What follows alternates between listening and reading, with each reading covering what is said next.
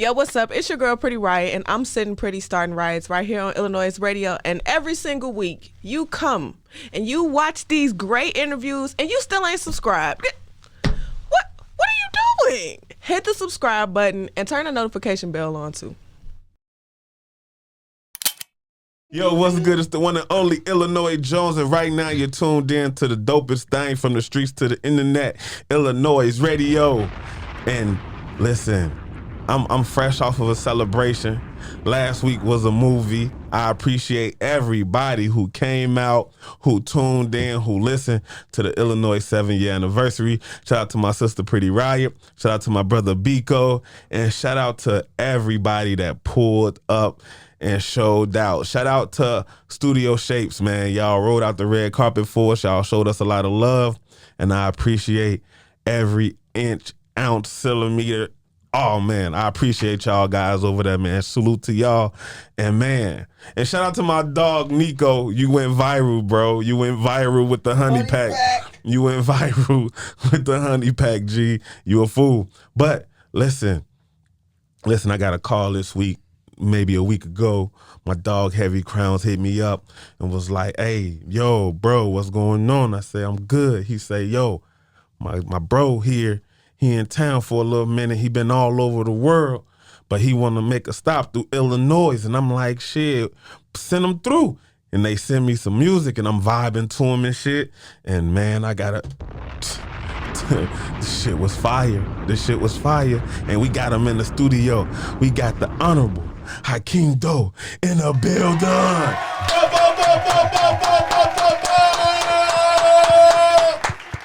And welcome to iLLANOiZE, man. Man, thanks for having me. Nah, man, it's a pleasure, man. When family give me the call, I got an answer. You feel me? How you been, man? Man, I'm good. I'm blessed. I've been enjoying my time in Chicago, man. Chicago's really home. Oh, for sure. You from Chicago, right? No, I'm not from Chicago. Where you I'm from? Originally from Virginia, Newport News. Oh, I've been around though. Newport News. Yeah. Oh yeah, I know about. That's where the Clips from.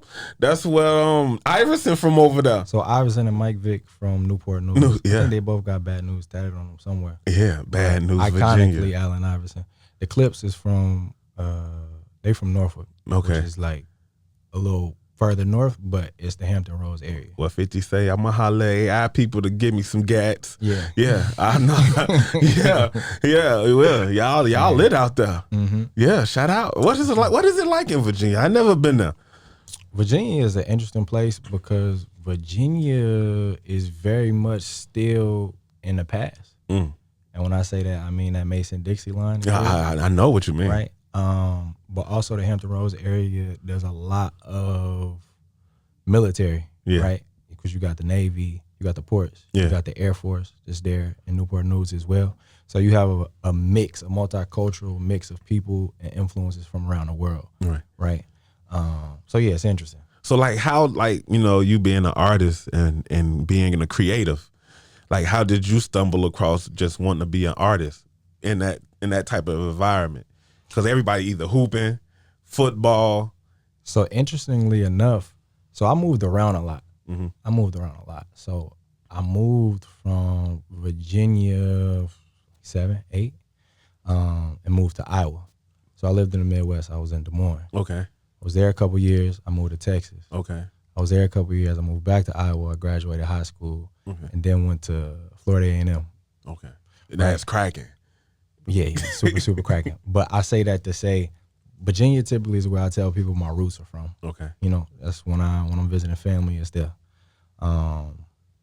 Yeah. So being an artist, art is one of the things that's been consistent no matter where I've been. Okay. And it's brought me community no matter where I was. Right? Right.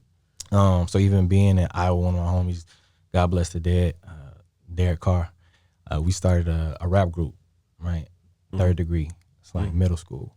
So like that was the thing that brought me my peers, my friends, gave me a sense of security and belonging, etc. Just being ill at being able to rap. Right. So like, cause like we not gonna sleep on the history of Virginia and the people that come from Virginia in the music industry.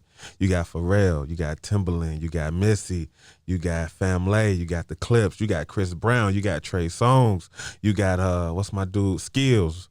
I think that's his Mad name. Skills. Mad Skills. Who else we got? It's a lot. It's a lot of like what's in the water, because it seems like y'all see music different down there. Like I said, I think it's one of those things that like other places have a very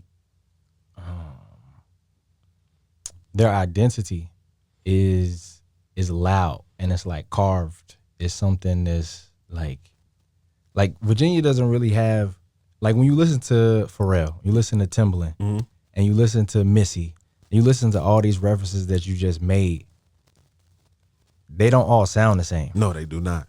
Because it's people trying to finding their own sound and not being confined to a sound that a place has. That makes sense. Yeah, So no, it's a certain level of eclecticism that's allowed to exist, right? Opposed to like being in Chicago at the height of the drill scene. You know, it's like you feel pressure to assimilate to the sound of your city, right? Because it's the vibration or frequency the city's on. Same for rappers that come up under, you know, different tutelage, like Chance and Vic. You know, like a lot of that has a similar sound. Right. And rappers that sound like that, et cetera, et cetera. Okay. Listen, R.I.P. to Magoo. That's what we're gonna say, because he was dope. His sound was unique. For sure. Who was somebody that you looked up to and was like, if they could do it, I could do it? Somebody that I looked up to and said, if they could do it, I could do it. That's a funny statement. Yeah, it It is. sounds funny because it's like, it's almost like them niggas is weak. If they could do it, I could do it. But it's also of like I feel like for me, I felt like when I was doing mixtapes, I looked at DJ Drama as the standard, but I also looked at it as like I can do it too. You know what I'm saying? No different from how Kobe looked at Mike.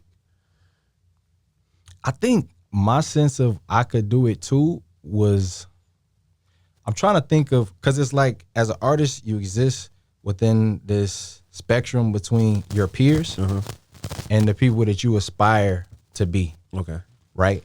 And so it's like you look around at your peers and you be like, oh, I can watch them. Right? And then you look at the standard of what you think is great, that thing artistically that you're chasing. Right? Right. And that's like, I mean, so for me, you're not getting drug references, but Pusha T is an influence. Okay. To go to Virginia, like the use of entendre, right? The use of being able to tell stories and be telling multiple stories at once, right? That was something that appealed to me, right? Same thing as Jay, you know, like he talking about what he talking about, but there's multiple narratives going on to where it's appealing to multiple people from different demographics, right? Yeah, Cassidy was my favorite rapper for a long time. He didn't really like transcend or stay consistent on that path, but just in terms of like being a young artist, growing, knowing like this is something I want to do, being like, oh, he got bars. Like this is like he the best. Is your business struggling? Trying to get your followers up? No problem. You can advertise with us right now. Tap that link above. Now let's get back to the show.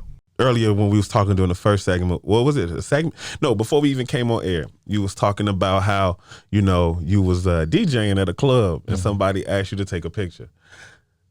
How did you go from rapping to DJing? So I'm gonna try and make a short story long. We got time, brother. So when I was at FAMU, Okay. a lot of my closest friends were DJs. I also DJ for college radio. Okay. Nothing technical, nothing with a board, nothing with a controller, just programs similar to what y'all doing up here Okay. for the college radio station, right? I never really full-fledged stepped into DJing, one, because my own artistry just felt so much like my identity, but also not to veer into other people's lanes. Okay. But I was always in it, always there. One of the biggest party schools, HBCU party schools in the country, for sure. So just being in the thick of that, it's like you pick up certain sensibilities. You know how it go. It's just something that you just not doing. I think it was around the pandemic. I was like, I'm at home a lot. Let me actually get a board and see if I It was figure like this the out. end of the pandemic, right before you was about to go to Africa. Yeah. Oh, you went to Africa? Yeah, I live in Africa. I've lived in Senegal since 2021. All right, we gonna get that. All right, go back It's to a- the it's story. a- okay. We gonna get that. So I got the controller.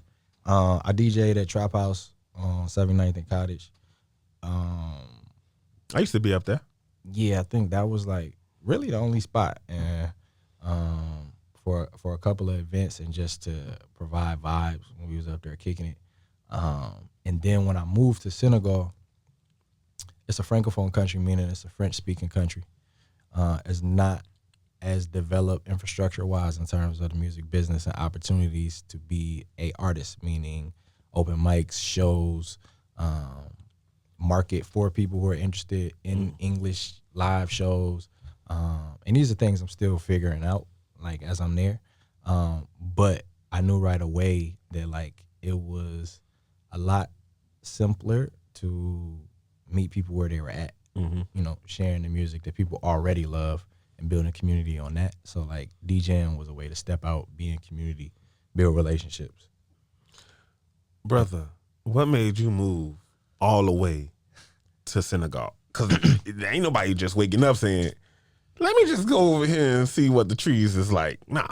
What made you get up and be like, listen, I'm taking myself to Africa? So I think timing, right? One, I'm Senegalese. I'm Senegalese via my father. Okay. And my father's Senegalese. My mother's African American, Native American. And the timing of the pandemic, just having time to reflect, think about what's happening in this country. Not growing up with my father, but meeting him later in life. And having visited Senegal, but wanting to really, really tap in with my roots, understand the language, understand the people, understand the area before building a family of my own, as to not, like, lose that. Because you could lose that in one generation. That's just, you know, one generation being here and being like, yeah, I know I'm Senegalese, but, like, I ain't never been back, and I ain't such and such and such and such. So that's why it was important. And then I think the timing just of the pandemic was, like, realizing how I was positioned as a bridge within my own family, within my own circle.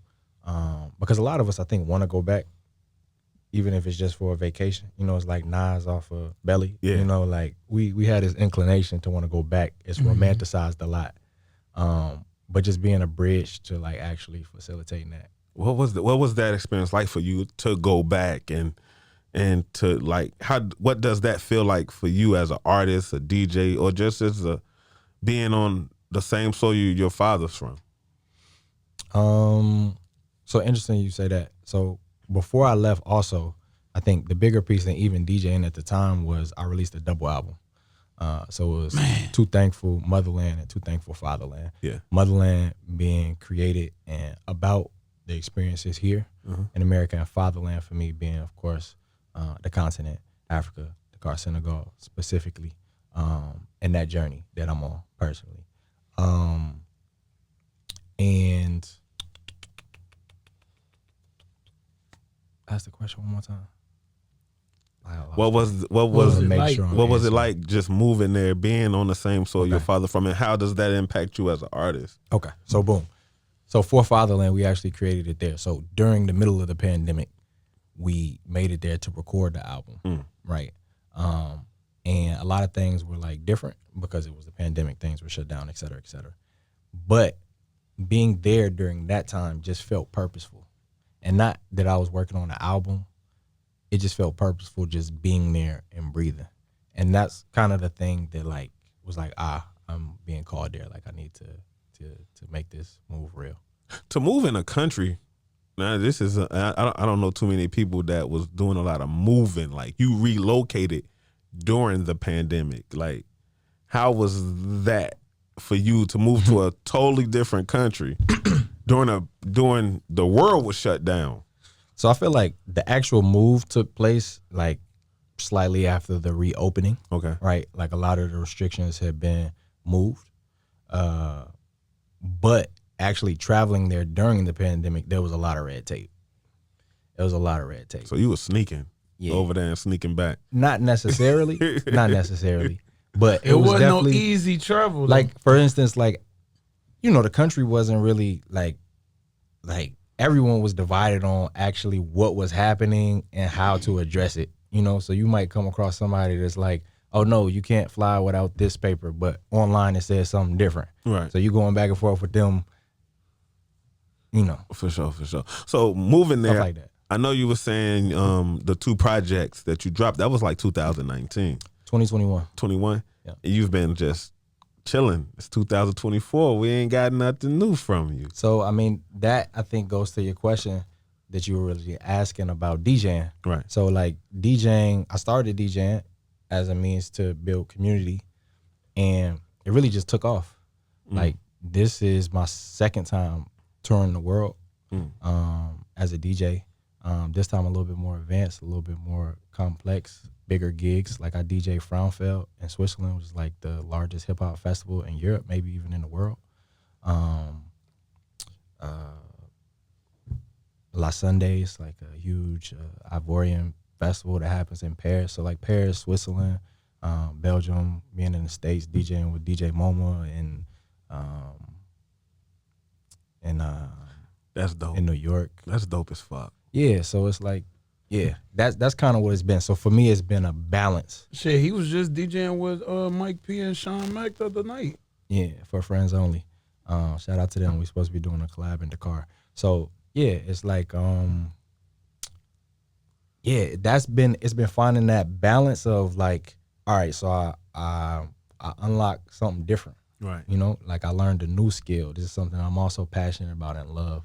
And so now I'm just working on balancing.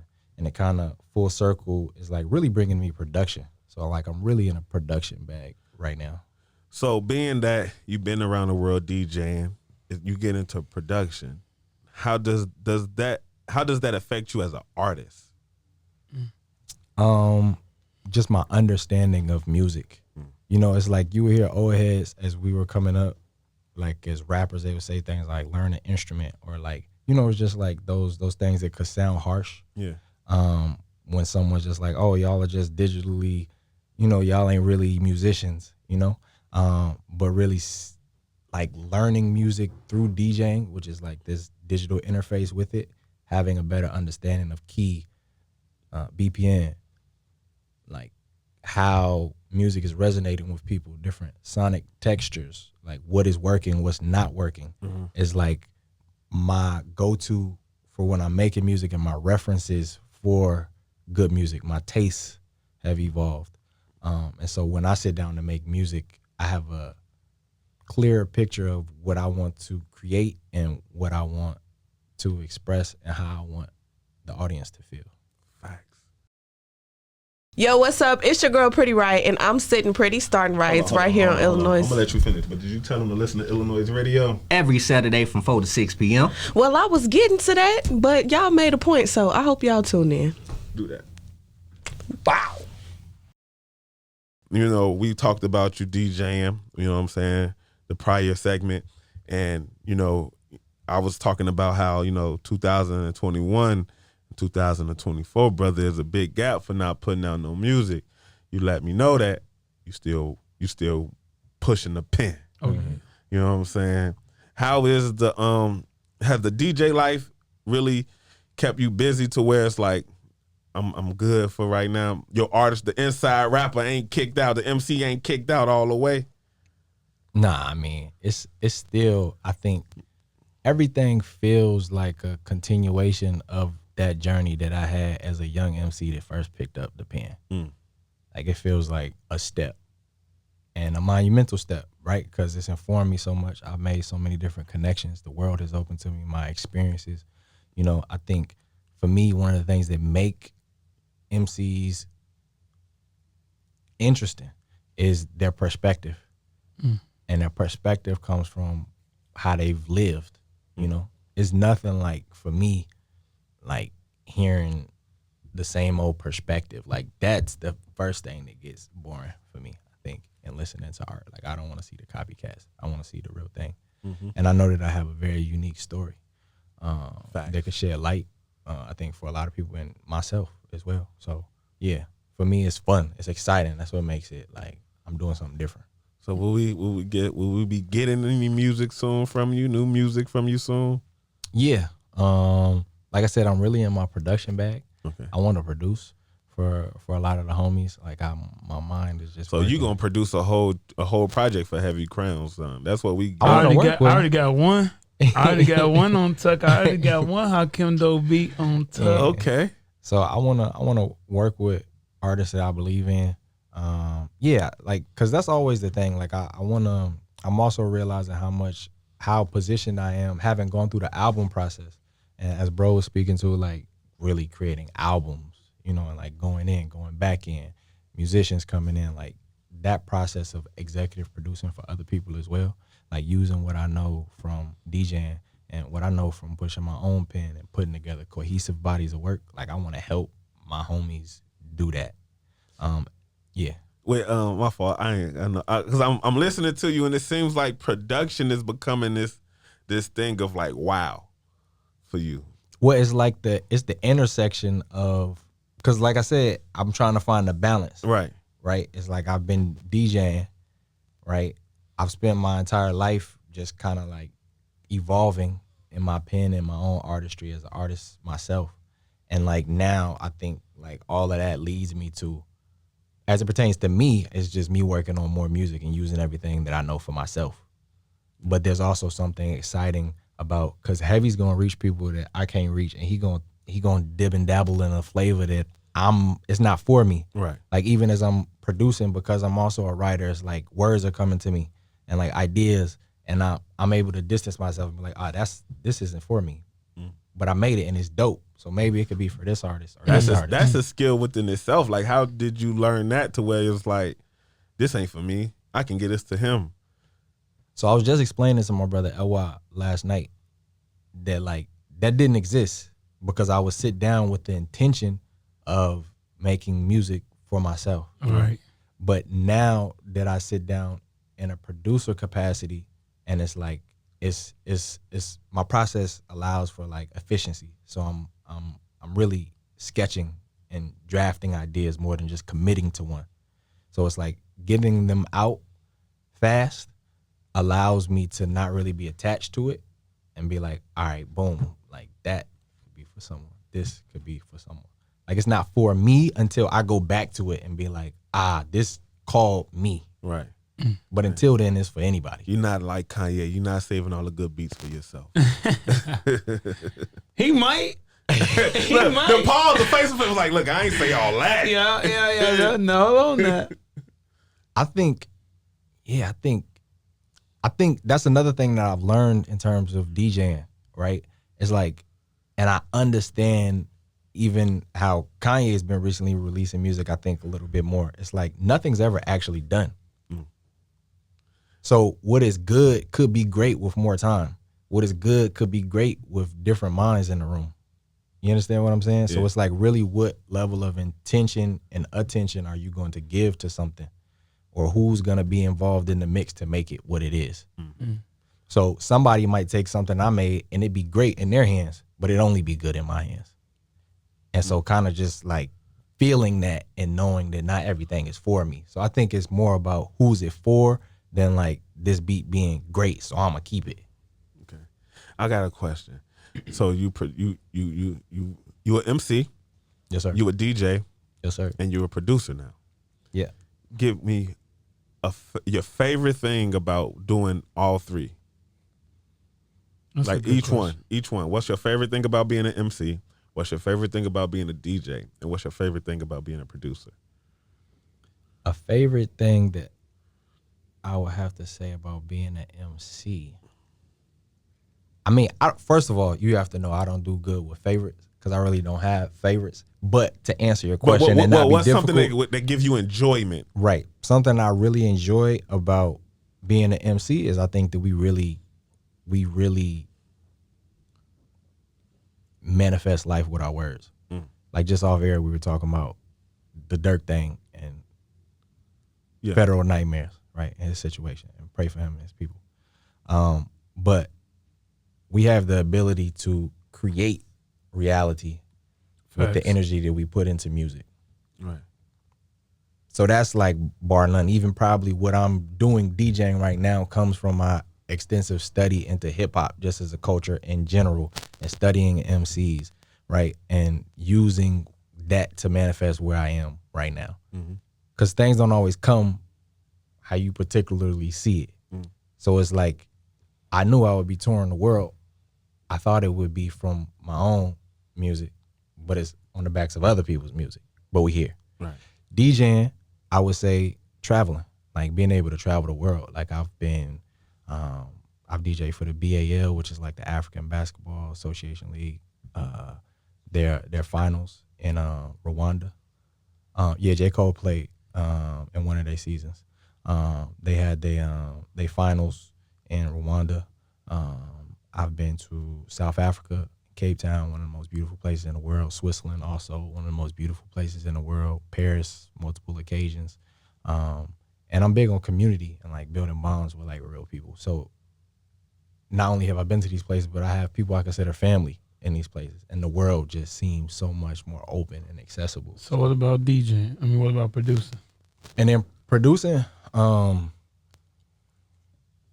think tying in with that, like the song writing piece and like the ability to manifest reality, it just feels like I have more.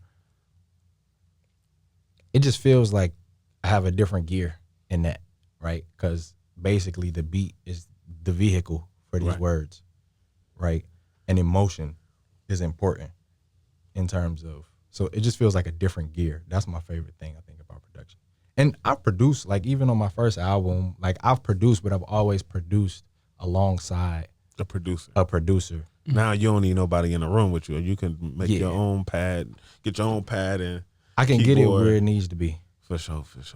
Hey man, I think this is dope. I love to hear about your journey and to hear about all the things you got into, man. It's like, damn, you've seen so much. Yeah. You know what I'm saying? You, like you said, you moved around. Bro, he didn't live definitely like at least 7 lives. And this is more than in them different places he didn't live, from Texas to Des Moines to Chicago to Virginia To Africa. He didn't live different lives in all them joints too. That's a whole nother story for the next time he come on. Man, I appreciate it.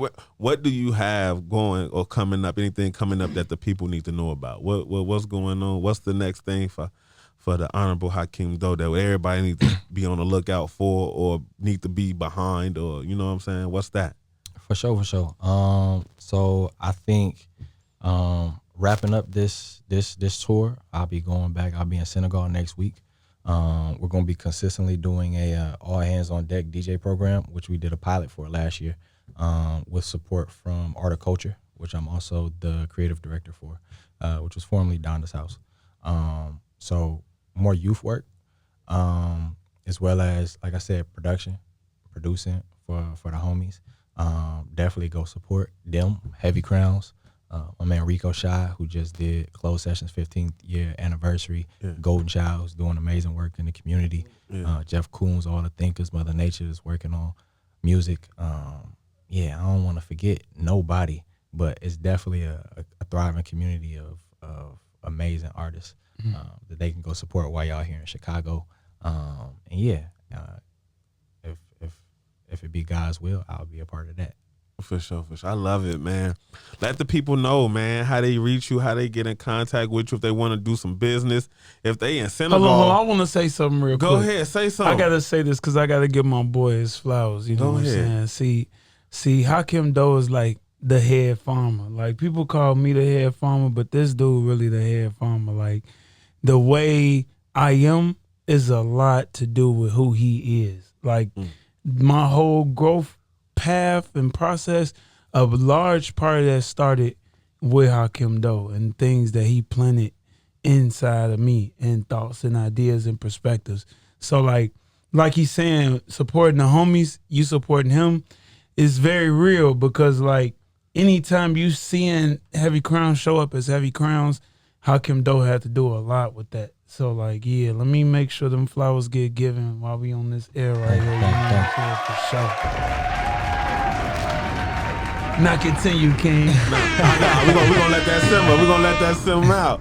Let him get his flowers. But you know, for those who want to do business with you, who want to come, who might be visiting Senegal and might want to pull up to a show, how they reach out to you? How do people find out where you gonna be at? Whether you in Switzerland, Singapore, France, Right. you know what I'm saying? How they keep up with you? For sure.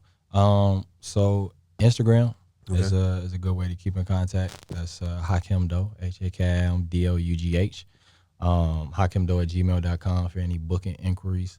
HakimDough@gmail.com for any booking inquiries. HakimDough.com.